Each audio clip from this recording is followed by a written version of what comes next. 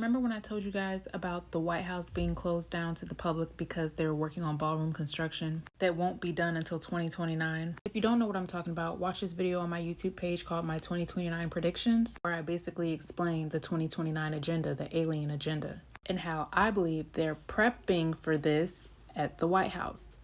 This ballroom will feature a capacity of 999 guests. This is a very specific number. Why not 1,000? Why specifically 999? Well, in the context of Islam, it states that out of every 1,000 people, 999 will be sent to hell.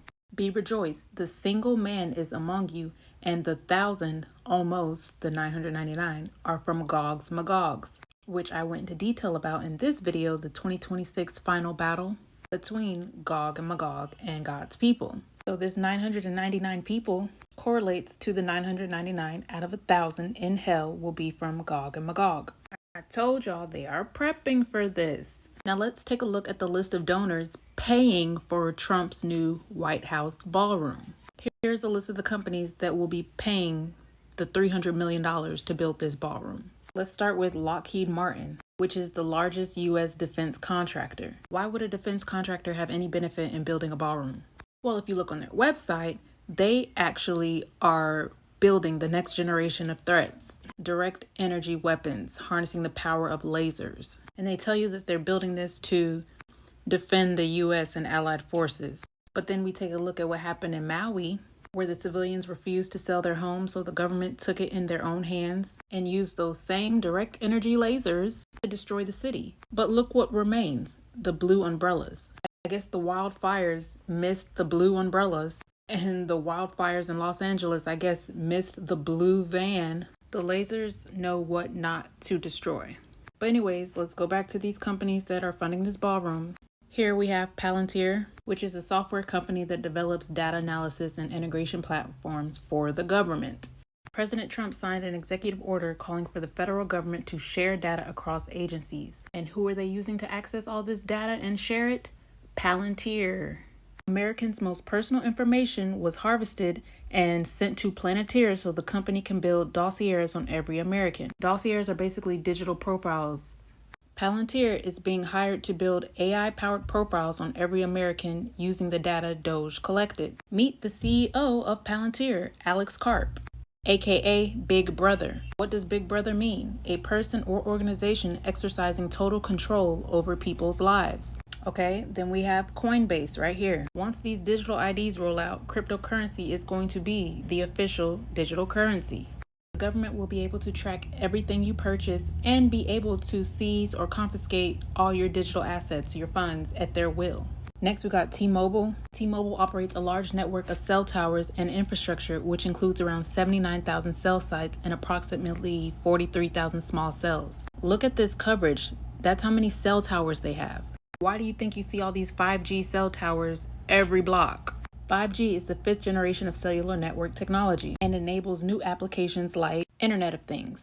Internet of Things is a network of physical objects from household appliances and wearables to industrial machinery. They are embedded with sensors, software, and other technologies to connect and exchange data over a network. So these household appliances, these wearables, that's where the other companies come in. For example, Amazon, with the Amazon Ring camera, which is basically helping with this surveillance of us. The Amazon Echo. You people have these things in your homes, not even knowing that this is DARPA technology. DARPA is the Defense Advanced Research Projects Agency, and they're responsible for the development and emerging technologies for use by the military. But of course, they can't go door to door and tell you to install and put all these things in your house so they can surveillance you. No, they're going to have these shell companies sell it to you to make it seem like you're buying it out of free will because you want this stuff in your house. So DARPA uses companies like Amazon to do it for them. And guess what? The CEO of Amazon, Jeff Bezos, is the grandson of Lawrence Preston Guise, who is a key figure in the founding of DARPA. Surprise, surprise. Amazon's dynasty was born not in a garage, but in the Pentagon. His grandfather co-founded DARPA, the top secret agency that first connected the world and later invented the modern internet. Yes, you heard me correctly. DARPA is the one that invented the internet. Yes, the U.S. Department of Defense's Advanced Research Projects Agency was central to inventing the internet. And these are the billionaires that you guys are supporting, buying their devices and putting them in your homes. Oh, look here, Jeff Bezos' extravagant pizza party. We already know where I'm going with that. Pizza meaning girl. Come on, you guys, like, seriously. Amazon wants you to have all these devices in your home so that they can constantly track and surveillance you. In fact, they don't even want you to leave your home. They want you to order everything online and the drones will deliver them to your house. But of course, you're going to need a digital ID in order to buy or sell anything. And then look right here, we have Meta. And who is the CEO of Meta? Oh yeah, Mark Zuckerberg. But he didn't even create Facebook. DARPA created Facebook. And it was called the LifeLog Project. It was an ambitious U.S. government program by DARPA launched in 2003 to create a comprehensive, searchable digital record of a person's entire life. But look here, the project was canceled in 2004 due to widespread public and privacy concerns. Like I said, of course, the government wanting to spy on your entire life would raise some concerns. So they feed it off to you as Facebook so you can willingly, oh, I'll get that. Look here, launched in 2003. And when was Facebook created? Wow, 2004, right after. And I just find it very amusing that they use this icon for Facebook. I've been telling you guys, we live in a dome. They're throwing it in your face per usual. And next we have Apple, the forbidden fruit. The first Apple computer was sold for $666. And guess what? Apple is in support of brain implant control of its devices. They want you to control your iPhone with your brain. How are they going to do that? With a brain chip, of course, using Synchron technology. And who happens to be invested in Synchron technology? Jeff Bezos and Bill Gates, of course, Amazon and Microsoft. They eventually want to get to a point where we have the Internet of Bodies. No longer just the Internet of Things with the cell phone towers, but they want Internet of Bodies that monitor the human body and collect personal data. Basically transhumanism. And of course we have Microsoft that, guess what? DARPA funds Microsoft. You see how everything is connecting here? Moving on over to Google, 666 Google, and their origin lies in the CIA and NSA research grants for mass surveillance. The U.S. intelligence company worked closely with Silicon Valley in an effort to track citizens in cyberspace. And Google is at the heart of the origin story. So basically, what you think is just, oh, I'm just going to type this in and wow, isn't it so weird how Google automatically knew what I was thinking? Yeah, the CIA is involved in that. And all of this is being orchestrated by DARPA under the illusion of these other companies making it seem like you have free will when really you don't. There is a whole agenda behind all of this, and it's called the Technocracy movement, which favored technocracy as a system of government over representative democracy. In simpler terms, the government or society being controlled by an elite of technical experts. And they've already started this agenda. In June 2025, 4 tech executives were sworn into the U.S. Army Reserves. As lieutenant colonels, by the way. These people have no military background or experience or even have been to basic training to learn the skills needed to be in the military. They were sworn into the Army Reserves. And the first 2 tech executives are from Meta and Palantir. Now this is a map of the technate of America. Basically, them wanting all of this to be unified. As you can see, the United States, Canada, and Greenland. This is the agenda of the Club of Rome. The Club of Rome is an international think tank founded in 1968 that brings together scientists, economists, business leaders, and former heads of state to address global issues. So what could the global issue be? They argue that continuous exponential growth in population, industrialization, resource use, and pollution will eventually lead to a collapse of Earth's carrying capacity. In other words, they want to depopulate, which is what I stated in this 2029 prediction video. I said will happen in 2029. There will be depopulation due to this alien agenda. Now, President Trump is trying really hard to bring this agenda to fruition. He wants Canada to be a part of the U.S. As you can see here, Trump again floats Canada joining the U.S. as the 51st state. Why don't you just join our country? Not only that, but he also wants Greenland. We're going to get Greenland, Trump said in his address. He said his administration was working with everybody involved to try to get Greenland. And like I said, this is all part of the technocracy movement. And guess who this man is? His name is Joshua Haldeman. and he was heavily involved in the technocracy movement.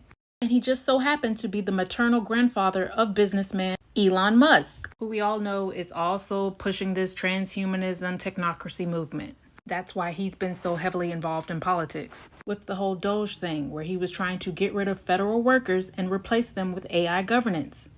They want to merge Canada, Greenland, and parts of North America into a single unified technite governed by experts, not politicians. So that's where Elon Musk comes into play. So Elon is tied into this because of his whole Mars agenda. He wants to colonize Mars. If you watch any of my other videos, you'll know that this is what Mars actually is, not this red planet up in the sky. There's this island called Devon Island, and it is home to a Mars-like analog research station. It's nicknamed Mars on Earth because its desolate, cold, and dry landscape closely mimics Martian conditions, making it an ideal testing ground for Mars missions. This right here is where Devon Island is. This is where the Mars on Earth is. As you can see, it is right next to Greenland. Now, if you look at a map of the North Pole, this right here would be where the Tree of Life was located, and it was an entrance and exit out of this realm. But let's zoom in. Right here, we have Greenland, okay? And next to Greenland is an island called Grokland. Grokland is the name of a phantom island generally shown off the western side of Greenland. Is this not to the west of Greenland? They built a research station here because they're researching the entrance and exit out of this realm. That's why it's so close to the North Pole. And the only way to get to Mars is through this vortex here. Now, when we look at Mars, you have a continent called area. The etymology of that word literally means eagle's nest or nest of a bird of prey. What is the word for the nest of a bird of prey? Eyrie, a variant of airy, and it is a bird nest of an eagle, falcon, hawk, or other bird of prey. The national bird of the USA is the bald eagle. So this area on Mars would be considered their nest. And look at one of the definitions for nest: a place filled with or frequented by undesirable people or things. Now, if you watch my previous video on the land of Mars, you'll know that the Anunnaki granted certain people access to Mars because they helped push their agenda. So basically, visiting Mars was like a reward or privilege for the elite that helped with their agenda.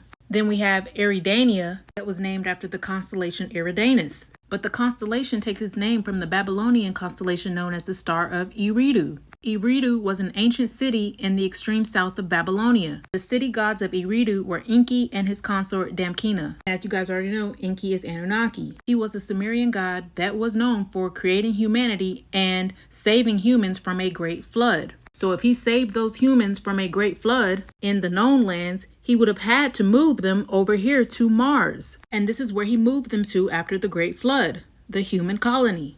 Those Anunnaki beings are worshipped as gods here on Mars. That's why humans that help spread that agenda and that worship them get to come to Mars.